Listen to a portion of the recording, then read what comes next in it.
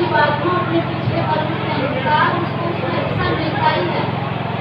आपको पेट में जो उठना है भगवान देंगे, आपको जो खाना है वो भगवान देंगे। ये तो उनकी नौकरी है, ये तो वो करेंगे।